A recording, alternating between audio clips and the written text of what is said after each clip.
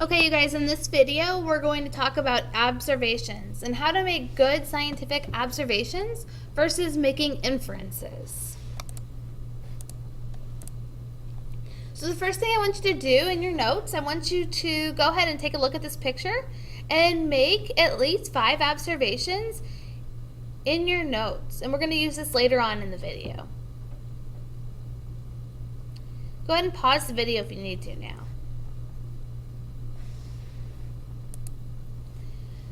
So what is an observation? Well, an observation is going to be information that you gather using one of your 5 senses. So it's what you see, it's what you smell, it's what you can feel, it's what you hear, it's what you taste. Okay? So here's some examples. So the plant is green. I saw that. That piece of metal is orange. It is raining outside. That car alarm is beeping. Okay, so that one I heard. The wall has a crack in it. The room feels humid. Okay, those are all examples of observations. Anyone could see or feel or hear the exact same thing. So I want you now to practice making observations.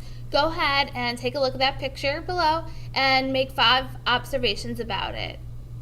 Remember, use what you see, what you hear, what you can touch, what you can taste, what you smell. And that's an apple, guys. So you can pretend like you have an apple in front of you if you want. You do know what it tastes like. You do know what it smells like. You know what it feels like. You can use those if you want. Go ahead and pause now if you need to.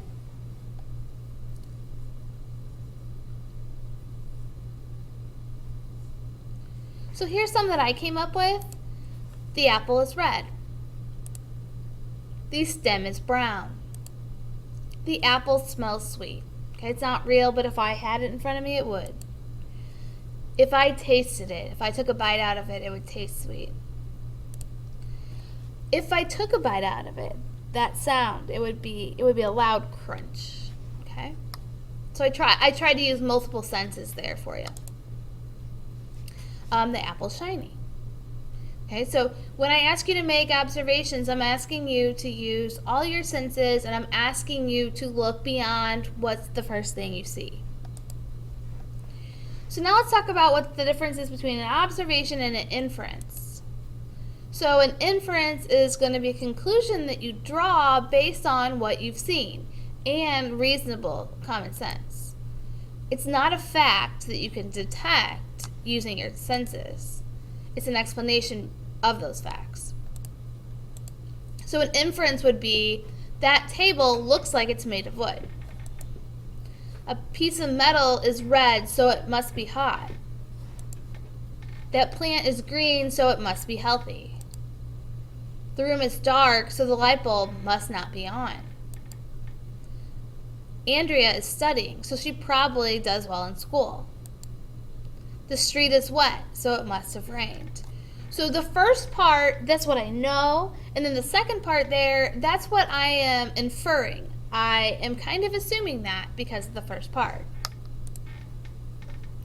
Several things influence our observations and our inferences: our experience, our knowledge, our emotion, and our attention to detail.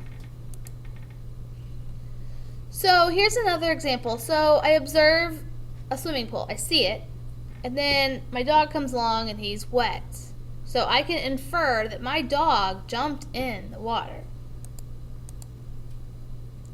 I observe that Nick is yawning. He also has his head on his desk. So I can infer that Nick didn't get enough sleep last night.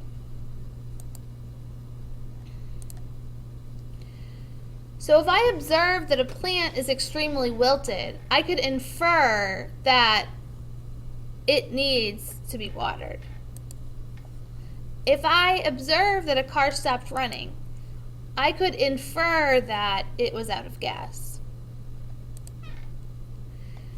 What do you think this is? A child has a blue block. Do you think that's an observation or an inference?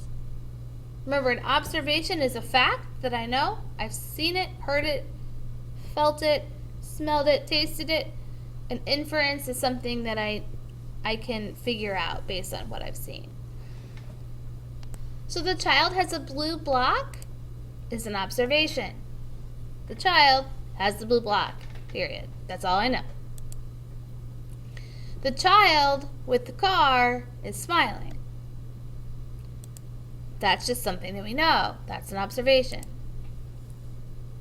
Now, if we say the child is happy because she's playing with the car, that's an inference.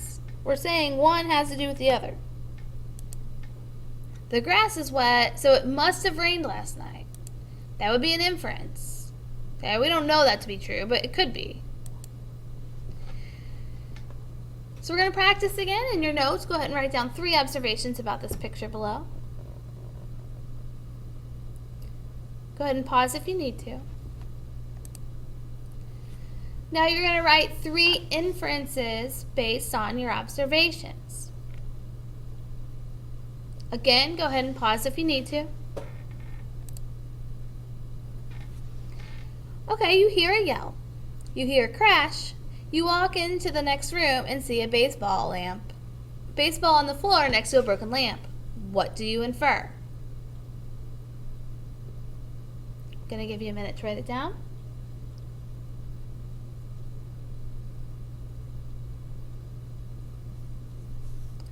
Well, I'll tell you what I infer. I infer that the baseball